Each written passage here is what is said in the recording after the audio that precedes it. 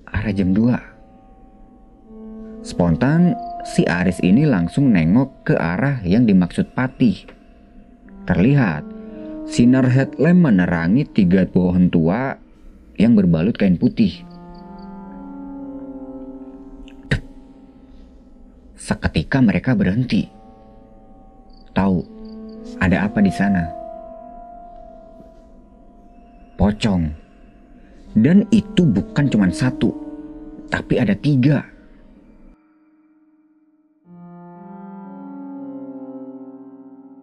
Assalamualaikum teman-teman. Ketemu lagi nih sama gue di sini. Jadi di video kali ini gue mau ngelanjutin cerita yang udah gue ceritain di channel gue tadi, yaitu kisah horor yang dialami oleh Kang SM. So buat teman-teman yang baru mampir, gue saranin untuk dukung channel ini dengan cara subscribe. Dan udah jangan lama-lama, karena ini bagian yang paling serem-seremnya. Duduk santai, siapin kopi, dan dengerin video cerita.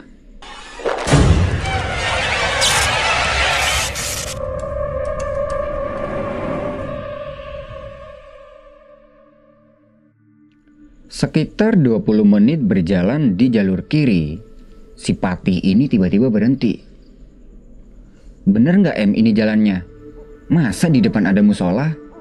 Kayaknya tadi pas kita naik nggak ada deh, ucap si Patih. Aris langsung lihat ke depan, dan memang di depan ini dia lihat ada musola. Dia bergerak ke depan, diikuti oleh Patih di belakangnya untuk memastikan musola tersebut.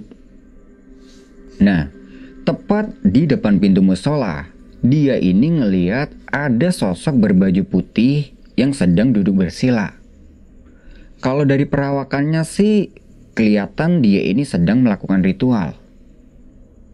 Melihat itu, dia langsung mengendap mundur pelan-pelan, diikuti oleh Patih. Lalu, sosok itu memutar kepalanya 180 derajat. Tatapannya itu ngeri banget dan membuat dada ini bergetar hebat. Sosoknya itu, matanya melotot, seolah marah melihat mereka berdua. Tanpa reaksi takut, Aris cuma menunduk dan balik badan. Pas udah balik badan, ternyata si Patih ini udah lari. Aris langsung kejar Patih, kemudian dia pegang biar tenang. Bung, tenang ya, gue juga takut. Tapi kita harus bisa kontrol. Aku udah sadar kalau kita ini salah jalur. Dia bilang gitu ke Patih. Si Patih cuman ngangguk aja. Sepurone yo, iso sampai salah jalur koyok gini. Saiki aku manut kowe em. Halah, santai ae bung, jawab si Aris. Kali ini Aris di depan untuk kembali ke Pasar Dieng. Tapi udah 1 jam mereka lalui, mereka nggak juga sampai kembali di Pasar Dieng. Sambil terus jalan, dia melihat ada sebuah batu besar. Leren sik bung, rokokan dulu, ucap Aris ke Patih. Si Patih cuma ngangguk aja lagi, dan sepertinya dia ini udah amat ketakutan. Woi, santai-santai, ucap Aris ke Patih. Tepat di bawah batu besar, mereka ini istirahat. Aris ngasih rokoknya ke Patih buat ngilangin rasa panik. Pas lagi asik ngerokok, tiba-tiba bajingan. Mulut sompralnya Aris ini keluar. Sama Patih ditanya nih, kenapa em? Semut bung, kaget dicokot bokongku ini. Dia jawab gitu sambil bohong. Dia nggak bilang jujur ke Patih. Dan sebenarnya dia ini kaget karena tepat di depan matanya itu ada kepala yang jatuh. Kedua matanya melotot dan hidungnya ini penuh ingus. Mulutnya keluar lendir, bercampur darah. Matahari semakin surup. Suara azan samar-samar terdengar dan mereka masih dalam keadaan tersesat. Dilihat jam tangan, sudah menunjukkan jam 6 kurang 15 menit. Selepas maghrib, tanpa basa-basi si Aris ini ngajakin Patih kembali berjalan dan berharap gak ada gangguan kepala busuk yang menjijikan tadi. Keanehan-keanehan masih terus mengiringi, hingga hal-hal di luar nalar pun masih menyertai perjalanan mereka. Mulai dari suara rintihan kuda hingga tangisan bayi. Bersamaan dengan itu, mereka terus menapaki tebing yang sangat tinggi. Dan kalau saja konsentrasi hilang sedikit, akibatnya akan fatal. Bisa-bisa mereka ini tergelincir ke dalam lembah yang cukup curam. Si Patih udah sangat kelelahan dan Aris ngajakin dia buat istirahat, meskipun tanpa dia minta. Pas istirahat itu, terlihat si Patih ini kayak kebingungan gitu. Tangannya bergerak gak karuan, merogoi semua saku jaket dan celananya. Tuh, kenapa ini bocah? Apa mungkin gejala kerasukan ya? Batin Aris. Hei Bung, kenapa? Anu iki lo em. Ona anu. Sampean tuh kenapa? Anu em, dompetku kok nggak ono yo? Walah, tak kira kesurupan Bung. Serius ini em, dompetku beneran nggak ada. Apa mungkin diambil tuyul ya em? Nggak mungkin lah ada tuyul di sini. Hah, sok tahu kamu em. Jelas di tempat kayak gini semua makhluk pasti ada. Coba kasih tahu kenapa tuyul nggak mungkin ada di sini. Lak ngeyel caiki. Gini Bung, tak kasih tahu. Sampean tahu kan betapa dinginnya di sini? Kita yang pakai jaket super tebal aja masih kerasa dingin. Apalagi tuyul yang cuma pakai celana pendek kayak popok. Jelas kedinginan itu Bung. Mana mungkin tuyul berani naik gunung. Sialan. Tapi benar sih katamu em. Error juga nih bocah. Padahal tadi dia sendiri yang nitipin dompetnya ke Aris pas di warungnya Boem. Akhirnya ia diberitahulah kalau dompetnya itu dia yang bawa. Setelah itu, raut wajahnya Patih ini kembali berubah dan ketawanya makin kencang, seperti nggak ada beban lagi. Mereka berdua ketawa-tawa nih karena kekonyolan si Patih itu. Ya lumayan lah buat ngilangin rasa mencekam malam ini. Nggak lebih 20 menit istirahat, mereka putuskan untuk lanjut jalan lagi. Mereka berjalan melewati jalur yang bertanah dan berakar dengan ditemani poncen tinggi di sebelah kiri. Hewan malam yang biasanya mengiringi pun gak berbunyi sama sekali. Seakan-akan kayak ada sesuatu yang menutupi gitu. Woi mas. Mereka berhenti untuk memastikan sayup-sayup suara itu. Mas. Woi. Mas. Woi. Beberapa kali teriakan perempuan itu semakin jelas. Beneran orang apa bukan em? Kata Patih. Tanpa menjawab, mereka bergerak sedikit sambil ke atas tebing yang jalannya itu mirip anak tangga dari batu hitam sebesar rumah. Aris mengarahkan sinar headlampnya ini untuk memastikan dan gak ada sesuatu di sekitar mereka. Yang ada itu cuma gelap malam dan kabut tebal. Oi, pendaki bukan? Aris berteriak, berharap mendapat jawaban dari manusia asli. Tapi gak ada responnya. Sekali lagi dia teriak. Woi, orang bukan. Tolong ban.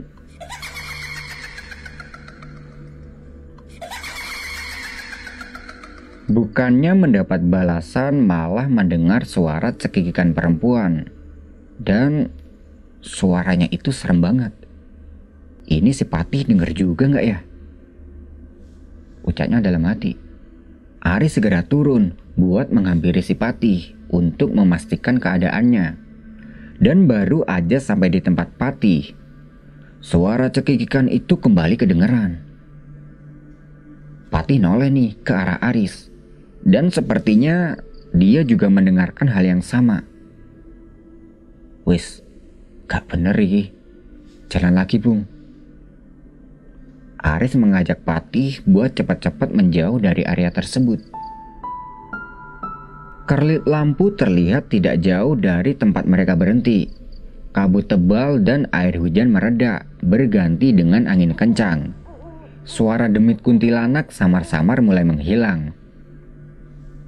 Mereka terus berjalan menyusuri jalanan yang sangat licin. Entah berapa kali dia dan Patih ini terjatuh. Sinar headlamp yang hanya sebatas menerangi jalan setapak beberapa meter ke depan.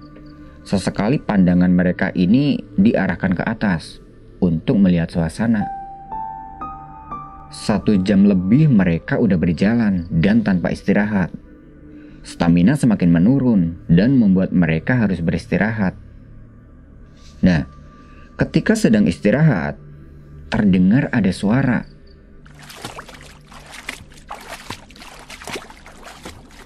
Ditengok ke segala arah, tapi nggak ada sesuatu.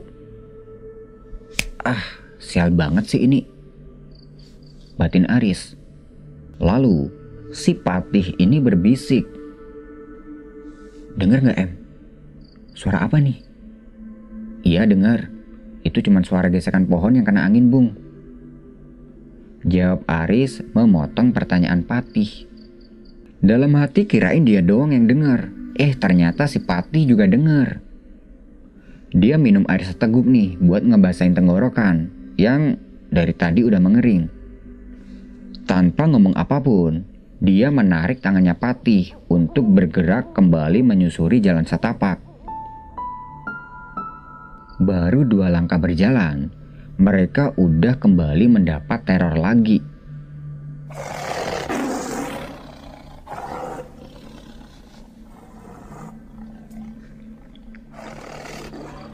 Suaranya menggema dan sangat mengerikan.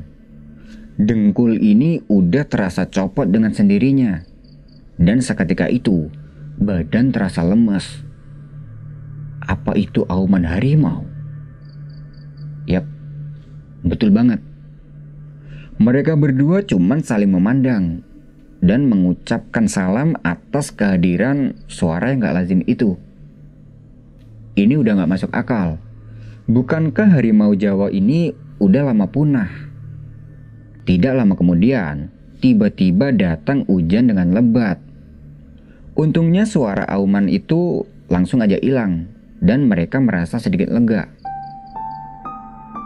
Alam dengan segala keindahan dan juga dengan kemisteriusannya bisa menjadi mesin pembunuh. Dan hal ini juga berlaku pada Gunung Lawu. Bulan separuh terlihat di antara ranting pepohonan. Angin berhembus dari berbagai arah. Dan tidak jauh dari mereka, kabut udah lebih terbuka. Mereka terus melangkah dengan pelan. Dan pas lagi jalan ini, si Patih memegang pundaknya Aris. Sambil dia bilang, Em, arah jam 2. Spontan, si Aris ini langsung nengok ke arah yang dimaksud Patih. Terlihat, sinar headlamp menerangi 3 pohon tua yang berbalut kain putih. Seketika mereka berhenti. Tahu, ada apa di sana? Pocong. Dan itu bukan cuma 1, tapi ada 3. Rahangnya pocong itu menganga gak jelas. Wajahnya hitam menyerupai arang. Mata dan hidungnya ini gak begitu terlihat. Dan itu pocong tiba-tiba muncul dari balik pepohonan. Dengan kepala yang agak sedikit miring itu, seakan-akan pocong-pocong itu sedang mengintai mereka. Bulu kuduk langsung berdiri. Aris langsung alihkan pandangan ke arah jalur dan dia bilang ke Patih, Bung, ikutin aku, Bung. Fokus ke arah punggungku aja. Mereka kembali menyusuri jalur yang semakin gak jelas. Beberapa langkah kemudian, kembali lagi dia toleh ke kanan kiri. berharap bungkusan tadi udah hilang. Tapi syukurlah, dia udah gak ngeliat bungkusan itu lagi. Dia kembali ngeliat ke depan, dan bau busuk tercium sangat menyengat. Sampai-sampai itu nusuk banget di hidung. Bebarengan dengan itu, kedengeran juga suara anak ayam. "Wih, jangkrik!" teriak Aris. Karena dia ini dikagetkan 3 sosok pocong yang sedang tiduran di tengah-tengah jalur. Seakan-akan pocong-pocong itu pengen menghadang mereka agar mereka ini gak bisa lewat. Pati yang melihat kalau Aris ini sedang ketakutan, dia gak banyak omong. Tangannya ini cuman megangin tas carrier-nya Aris. Di situ pikiran udah kacau banget. Apa yang harus mereka lakukan? Jadi kayak gimana ya? Seakan-akan malam yang mencekam ini gak ngebolehin mereka pergi dari sini. Mereka berdua melangkah pelan-pelan menjauh dari demit-demit sialan itu. Jalannya merayap kayak keong, biar gak ketahuan. Nafas mereka ini dibuat setenang-tenangnya, dan entah udah sampai di mana mereka tersesat ini. Nah, pas jalan itu, seringkali mereka ini ngelihat kupu-kupu yang warnanya dominan hitam. Tapi di tengah kedua sayapnya terdapat bulatan besar berwarna biru mengkilap. Ternyata, kupu-kupu itu menjadi pertanda kehadiran mereka ini mulai disambut atau diizinkan oleh penjaga utama Gunung Lawu. Mereka biarin aja kupu-kupu itu hinggap di kepala dan pundak. Dan hewan itu mengikuti perjalanan mereka untuk beberapa saat. Jadi kupu-kupunya ini kelihatan jinak banget dan gak takut dengan keberadaan manusia. Jangan mengganggu, mengusir, dan membunuhnya. Tapi gak ada larangan atau pantangan kalau pengen memotret. Itu pun kalau bisa. Sempet juga dipotret nih sama Aris. Tapi hasilnya cuma hitam dan gelap, gak kelihatan apapun. Setelah lama berjalan, mereka jongkok sebentar buat ngatur nafas yang udah ngos-ngosan. Langit kelihatan lebih cerah dari sebelumnya. Mereka istirahat tepat di samping kanan sebuah pohon, yang pohonnya ini seperti pohon pinus yang berbalut kain putih mirip kain kafan. Nah, di lokasi itulah terjadi momentum sejarah dan momentum spiritual saat di mana terjadinya pertemuan pertama kalinya dengan sang jalak lawu. Burung jalak ini berwujud mirip seperti burung jalak khas Gunung Lawu, tapi warna bulunya itu agak beda. Karena jalak lawu yang biasanya itu berwarna hitam pekat, sedangkan yang ini warna bulunya itu coklat tua dan sedikit gelap. Sedangkan paruh dan kakinya ini berwarna kuning gading. Jalak itu tampak menghampiri keberadaan mereka dan hinggap di dahan yang jaraknya itu sekitar 2 meteran lah dari tempat mereka. Aris mengulurkan tangannya ke burung itu dan dia ini sangat terkejut karena burung jalak itu tiba-tiba hinggap di telapak tangannya. Cuman beberapa detik doang, kemudian burung itu meloncat ke tanah dan berjalan menyusuri tanah. Mereka mengikuti burung itu karena burung itu sepertinya menuntun dan membawa mereka untuk memasuki halaman sanggar pemelangan Bawarsa. Dan benar saja, burung itu menunjukkan sesuatu. Dianya ini kayak muterin batu besar gitu. Setelah itu, dia hinggap di dahan pohon. Matanya menatap ke arah mereka berdua dengan tajam. Lalu tiba-tiba kepala ini kayak terasa pusing banget gitu, sampai nggak tahu apa yang udah terjadi. Bleh, bangun bleh. Pelan-pelan si Aris ini ngebuka mata, dan samar-samar dia melihat teman-temannya sedang duduk melingkar di kanan kirinya. Tahu dia di mana? Tiba-tiba aja dia ini ada di dalam tenda. Lah, Bingung dong, kok tiba-tiba dia udah berada di tenda? Si Upil ngasih dia air mineral dan sama Aris ini langsung diminum. Setelah minum beberapa teguk air, dia ingat dengan Patih. Dan si Patih ini gak ada di situ. Si Patih mana? Ada kok di tendaku, jawab Panca. Tanpa disadari, dia tidur lagi. Dan kali ini dia udah gak mengalami apa-apa lagi. Sampai besoknya dia bangun dan udah gak ada gangguan kayak sebelumnya. Yang pertama dia lihat saat buka tenda adalah Patih. Di sampingnya ada dua teman-teman lain. Mereka ini sedang mengitari kompor untuk membuat sarapan. Setelah makan dan segala macam, tepat jam 8 pagi mereka mulai berjalan turun meninggalkan tempat camp. Hanya dengan cara menyatu dengan alam, dia bisa keluar dari ganasnya hutan Gunung Lawu itu. Dan itu membuktikan kalau hidup ini untuk melindungi hutan dari kebakaran, menjaga hutan agar tetap bersih. Bahkan, seringkali menolong para pendaki yang tersesat.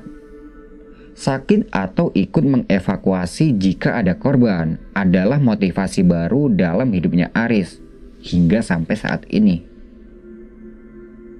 Pendakian ke Gunung Lawu ini dia bisa menemukan apa sejatinya hidup. Begitulah cara dia menggapai hidup yang sejati. Hidupnya telah berguna memberikan penghidupan dan kehidupan bagi seluruh makhluk tanpa pilih kasih, baik dari kalangan bangsa manusia, hewan, tumbuhan, dan makhluk halus penghuni sekitar Gunung Lawu. Sekalipun jauh dari simbol-simbol kesalehan agama Abrahmahik, tapi itu menurut dia pribadi. Karena dia mampu berharmoni dengan alam dan menjadikan tumbuhan, binatang, gunung sebagai guru terbaiknya. Bagi Aris, alam semesta, binatang, dan tumbuhan telah mengajarkan sebuah kejujuran yang paling mulia dan bisa membuka pola pikir. Mereka berjalan turun dengan lancar, hingga sampai di base camp mereka ini udah gak ada kendala apapun.